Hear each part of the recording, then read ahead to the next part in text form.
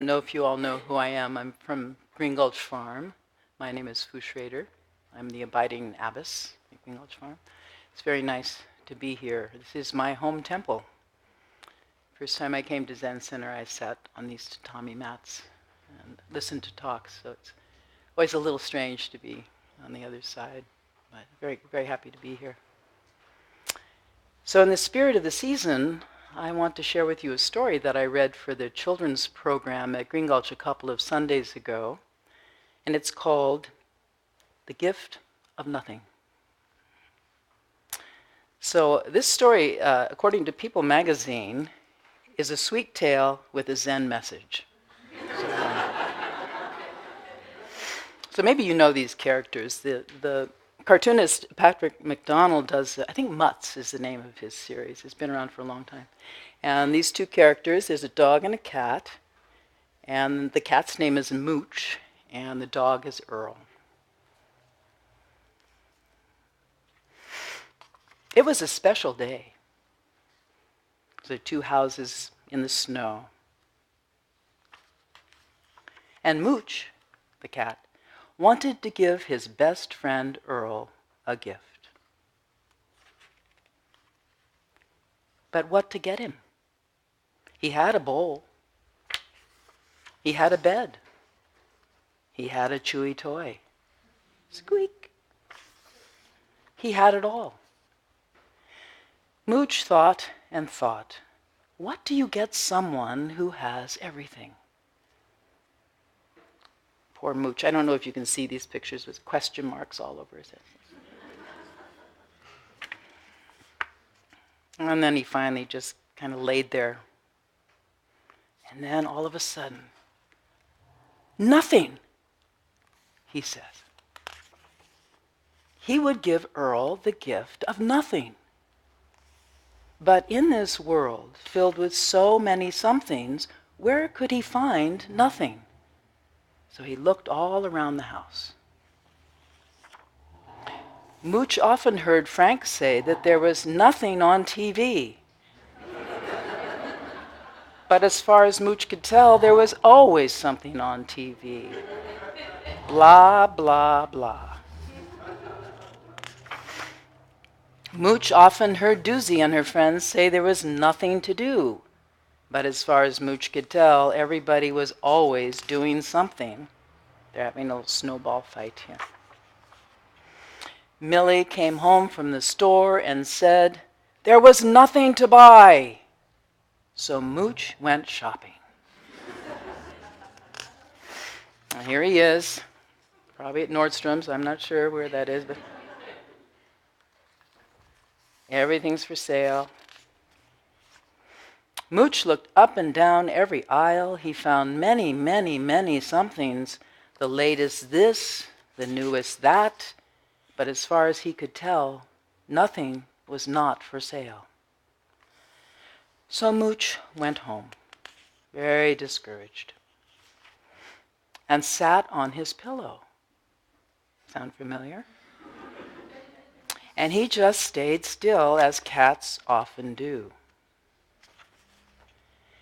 And not looking for it, he found nothing. That's this page.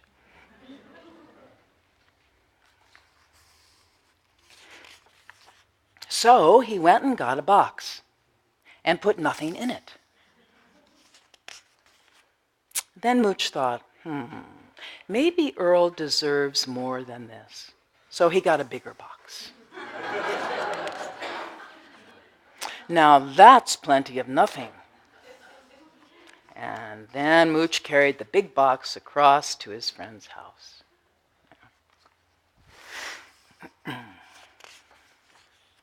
For me? Said Earl. Mooch, you didn't have to give me anything. Who told him? Thought Mooch.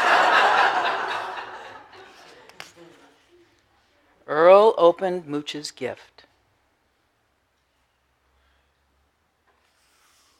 Question mark. There's nothing here, said Earl. Yes, said Mooch. Nothing. But me and you. And they're hugging. Earl's tail is wagging. So Mooch and Earl just stayed still and enjoyed nothing and everything. So, the gift of nothing.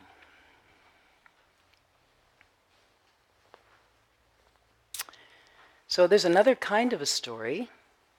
This one I want to tell you is a verse from the Book of Serenity, which many of you may know, a collection of koans characterized by their translator, Thomas Cleary, as grandmotherly, loving, and very subtle. Which is also the way I think the Soto Zen school tends to think of itself.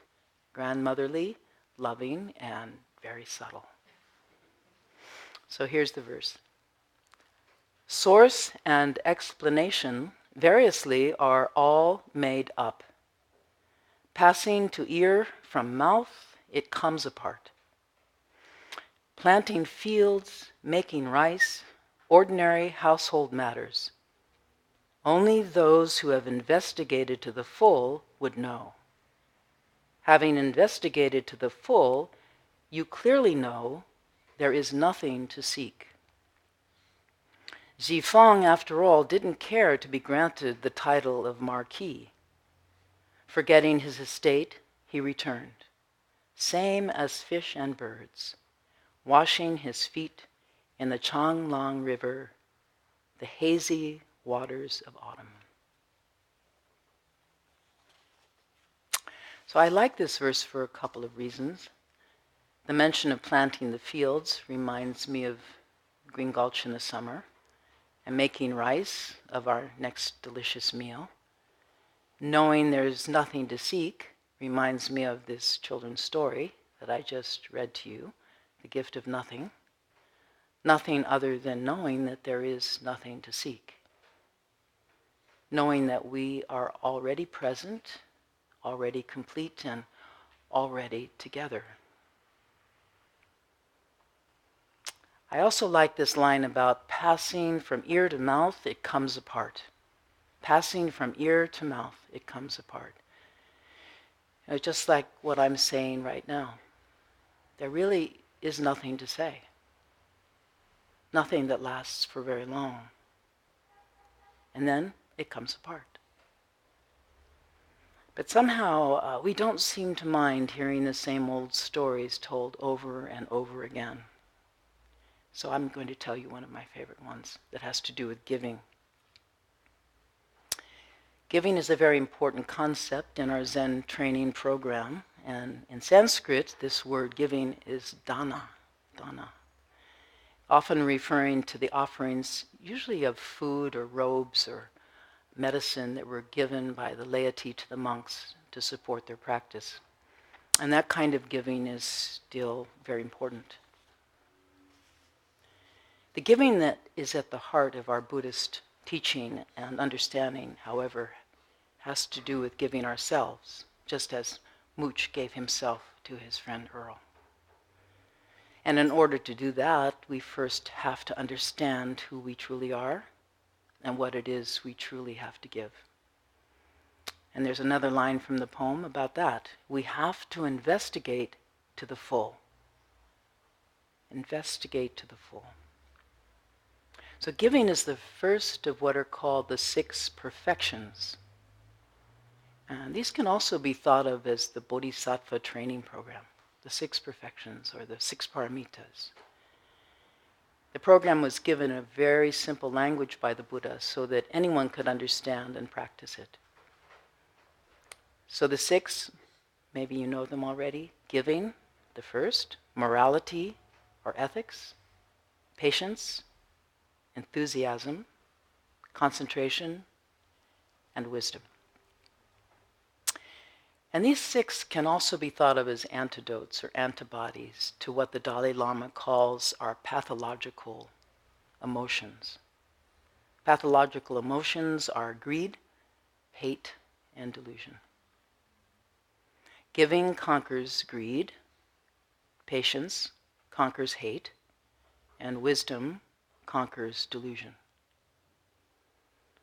These other three perfections that are involved in transforming our negative emotions are the perfection of morality, perfection of enthusiasm, and the perfection of concentration. So these six have been packaged together in a particular order so that each one of them in turn supports the next. So for example, giving supports ethics, as in giving your word or giving your fair share. And ethics supports patience, as for example, waiting patiently for your turn, or waiting for negative feelings to subside before speaking or taking action. The perfection of patience supports the perfection of enthusiasm by helping us to find a balanced response to the arising of our human passions, our likes and our dislikes. And the perfection of enthusiasm in turn supports our ongoing commitment to a life dedicated to the welfare of others. A life concentrated on the practice of the six perfections. A life of becoming who we truly are meant to be. Bodhisattvas, here to serve at the well-being of the world. So such a life is manifested in the story I'm going to share with you now, a story about the perfection of giving. But it's also about how the image of a bunny got onto the moon. Excuse me.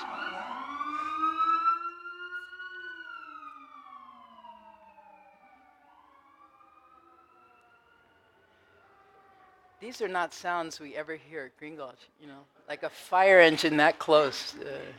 It's kind of amazing, actually. Not startling to you, is it? No.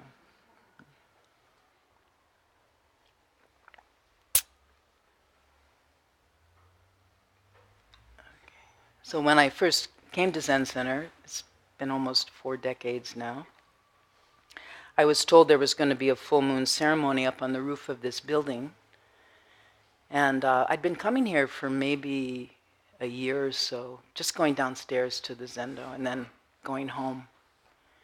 So I thought, well, maybe I'll check it out, see what that's all about. And it was a very strange ceremony for all of you who have been to the full moon ceremony. There's something like 36 bows in the ceremony, and all the while you're chanting and bowing and so on. It's quite kind of rigorous, actually. And at the same time, the full moon ceremony is one of the oldest rituals that has been practiced continuously since the time of the Buddha. And it's practiced in accordance with the phases of the moon. So at the time when the full moon was up, the monks would come together, they'd come out of their forest sanctuaries and recite the precepts. And then they'd recommit themselves to a holy life. So on that particular evening, up there on the roof, the person who was leading the ritual began by telling us a story from a collection called the Jataka Tales, in which the Buddha's former lives, both in human and animal form, are recounted. So these stories are particularly popular with children because the humans and the animals are quite virtuous, and they're very brave, and their leader usually comes along to save the day, real hero. So the leader in a future life turns out to be none other than Shakyamuni Buddha. So often these tales have a lot of different characters who are interacting and get into all kinds of trouble. And then the Bodhisattva intervenes to resolve their problems and bring about a happy ending. So here's the story.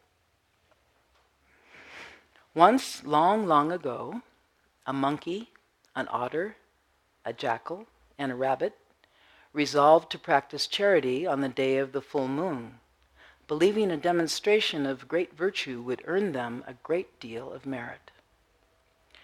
When an old man entered the forest begging for food, the monkey gathered fruit from the trees, and the otter collected fish, while the jackal pilfered a pot of milk curd from a nearby farmhouse, having called out in a not so very loud voice, "Does this belong to anyone?" The rabbit, on the other hand, who knew only how to gather grass, felt very sad at having nothing to offer the old man, until realizing she could offer her own body by throwing herself onto the fire that the old man had built to keep himself warm. Just as the rabbit leapt into the air, the old man revealed himself to be Chakra, the Lord of the Gods, who then saves the rabbit by transforming the flames into lotus petals. Chakra, being deeply touched by the rabbit's virtue, uses a nearby mountain to form the likeness of the rabbit on the face of the moon for all to see. It is said that the lunar image is still draped in the smoke that arose when the rabbit cast herself into the flames. Have any of you not seen the image of the bunny in the moon? Yeah? Oh, great, because I brought a drawing. So the next full moon is going to be January 1st. And once you see the drawing, it won't be hard for you to find the bunny in the moon. Now, when the moon is rising, it will look just like this. Okay? And then when it's setting, it's going to look like that. So that could be tricky, but just look for the ears, and that'll help. If you want to borrow this,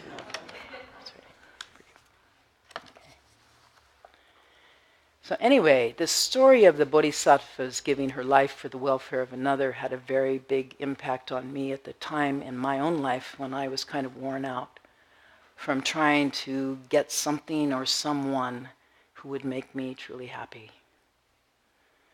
And it was kind of a remarkable idea to me that giving rather than getting could be the true source of happiness for human beings like me. So the next step was to try and understand what it means to truly give. And as you all know, we are now deeply into what's euphemistically called in our culture the season of giving. And I'm sure you've all gotten envelopes and emails and phone calls soliciting donations for the many independent organizations that count on us, in order to survive, including the Zen Center. And I thank you very much for your generosity to us. And yet there's a more insidious aspect of the season of giving that was initially masterminded by Mr. Macy back at the turn of the last century in order to boost sales at his department store with Christmas lights and a resident Santa Claus, thereby transforming what had once been a rather minor holiday, according to my grandmother anyway, the birth of the baby Jesus, into a commercial feeding frenzy with barely any resemblance to the Christian liturgical event that the holiday is intended to commemorate. Have you noticed that? I remember hearing that some people were asked in another country, like, who also celebrate Christmas, but more in the spirit of Mr. Macy, what is this celebration about? And a number of them said, oh, it's Santa Claus's birthday. So I think it's never too late to be a little wary of the pressures on those of us who were raised to think of giving as the list of presents that our loved ones were expecting under a tree on December 25th. And yet, tearing through that pile of gifts on Christmas morning was the only view I had of giving as a child growing up in the 1950s when there weren't any other cultural or religious traditions on display. And since that time, I know there have been many efforts to be more inclusive and generous and to show respect to the holy days and the celebrations of Muslims, of Jews, Hindus, pagans, and even Buddhists. And unfortunately, I've heard that this year those efforts have been somewhat shockingly denounced as a war on Christmas. And how painful is that? And what does that do to our soft-hearted bunny who offered herself to the hungry man sitting without shelter in a lonely forest?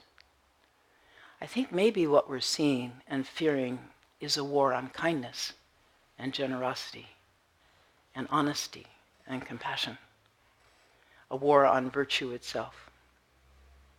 And maybe that's always been so, that within each of us there are two competing tendencies that compel us into action when we're confronted by limitations of both the human and the natural resources of the world.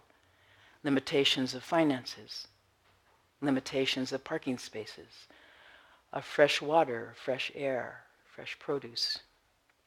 And one tendency compels us to try and get our share, and the other tendency compels us to give.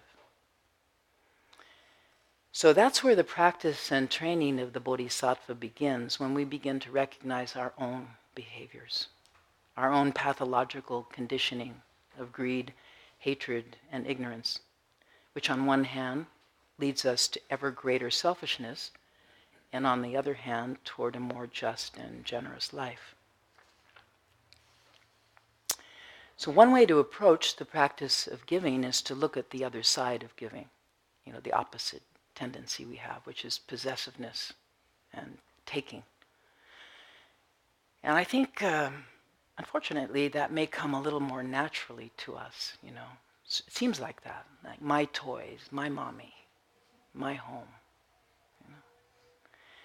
One of our little ones recently came running into the dining room and at lunchtime and went right up to the table to grab some bread, and pushing past the line of silent meditators who were waiting politely for their turn. And his dad said to him, "You need to wait with me." And he looked at his dad like he was nuts, "Why do I have to wait?" he said. "I don't want to wait. I want my bread now," getting louder and louder. We all kind of looked at him. Well, it's hard to explain to a 3-year-old why you have to wait. It's hard to explain to adults. So not to be possessive of anything is closely related to not being possessed by anything or anyone, as if we're under some kind of magical spell. And that's why it's said that greed arises from delusion and from intoxication with our delusions. These mysterious and compelling forces, the products of our own imagination.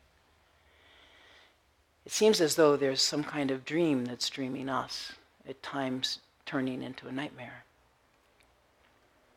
At the finale of the full moon ceremony, there's a recitation of the 16 Bodhisattva Precepts, which themselves are an elaboration of the perfection of morality, of ethics.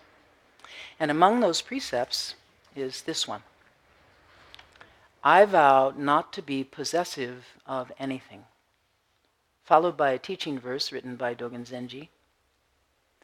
One phrase, one verse, that is the 10,000 things and the 100 grasses.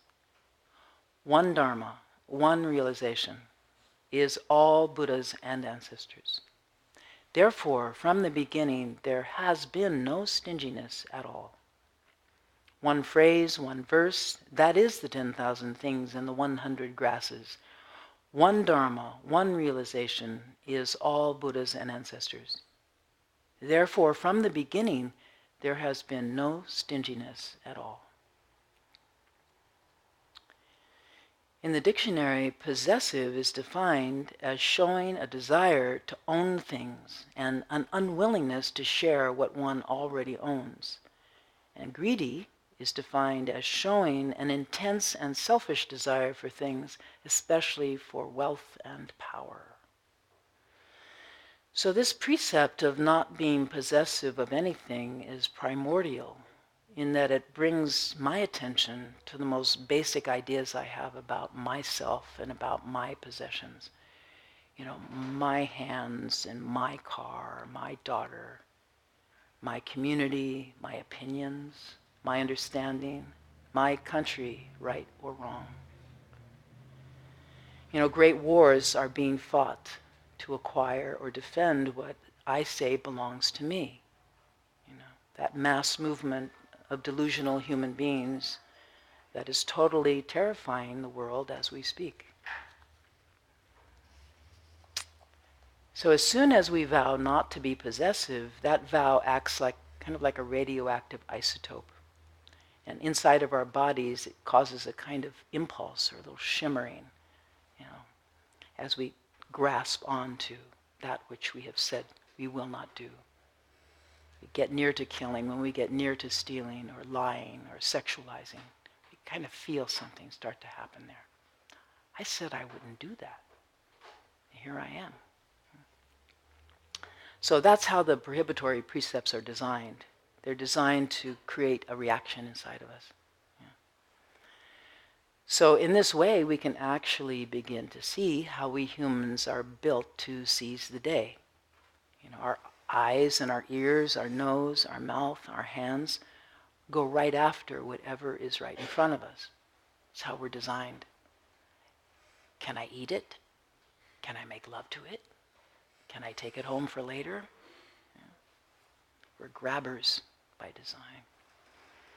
And yet, as Dogen says, to carry ourselves forward and experience the myriad things is delusion, which is exactly the opposite of Buddha's enlightened vision.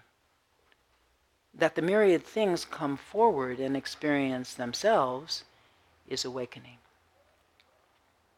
That the myriad things come forward and experience themselves is awakening. So, and yet, even though we have these teachings in mind, some of the more clever Buddhists simply downshift to a more subtle level of possessiveness, such as acquiring virtue, like purity, holiness or perfect zazen attendance, dharma transmission, my Shakyamuni Buddha, my practice. This is called the golden chain, another kind of trap. Suzuki Roshi called these gaining ideas, which in our case as Dharma students refer to an intense desire for enlightenment. I think it's pretty hard for us to admit that. I've asked people in classes, how many of you are here to get enlightened? And hands don't go up. Maybe one. Good for you. But I think we all have a secret wish. Yeah, I think that would be nice. I think I might like to get enlightened. So they call it the red hot iron ball. You can't throw it up and you can't get it out. You can't excrete it out of your body. It's kind of stuck there. And although it's not unwholesome, desiring to be enlightened, it's a pretty good guess that desire itself is precisely what's thwarting our efforts. And I like to use the example of the Chinese finger puzzle. The harder you pull, the more stuck you get. Freedom is, on the other hand, actually going the other way, giving up, letting go, raising the white flag. Surrender, Dorothy. Give up, let it go. Pema Chodron said that renunciation is to renounce that which doesn't work. So renouncing, gaining ideas, is something that we need to be reminded of again and again. Reminded to bring our awareness and our affection to something that's already here, that's already happening, like right now. Nothing to seek, nothing to gain. It's already ours. And it has been from the very, very beginning, from that first breath of fresh air that each of us took as a newborn. Suzuki Roshi says that our effort in our practice should be directed from achievement to non-achievement. Usually when you want to do something, you want to achieve something. You attach to some result. Moving from achievement to non-achievement means to be rid of the unnecessary and bad results of such an effort. When there is no gaining idea in what you do, then you do something. In Zazen, what you are doing is not for the sake of anything. You may feel as though you're doing something special, but actually it's only the expression of your true nature. It is the activity that appeases your innermost desire. But as long as you think you are practicing Zazen for the sake of something, for some achievement, that is not true practice. So the other kind of gaining idea that is not so wholesome is the desire for recognition of our attainments once we think we've gotten some. In the old tradition of the Pali Canon, making false claims of one's spiritual prowess was among the 5 gravest violations and grounds for permanent expulsion from the Sangha.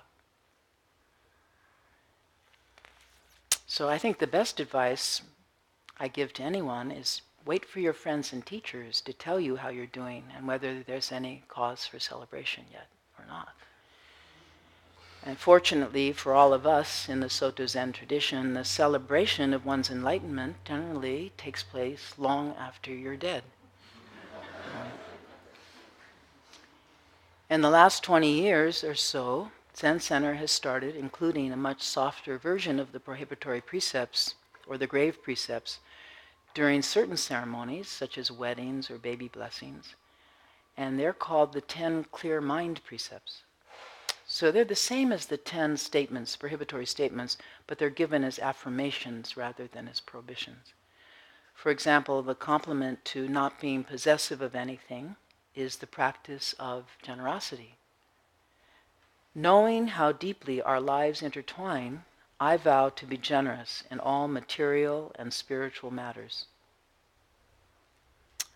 I really appreciated when Shohaku Okumura was here a couple summers ago during a Genzo-e, when he said to us, in Soto Zen, we emphasize doing good rather than not doing evil. By staying busy doing good, we are left with very little time for doing evil. Have you noticed that? Those of you who live at Zen Center? Do you have any time to be evil? So here at Zen Center's 3 temples over the past few weeks, most of our resident students and others who come from outside have been staying very busy doing pretty much nothing, or what we call sesshin. And sesshin is very much in keeping with the spirit of the gift that Mooch gave to his buddy Earl, the gift of nothing. Nothing but all of us being together, sharing ourselves and our unconditional love for this beautiful world and one another. May it continue to be so. Thank you all very much.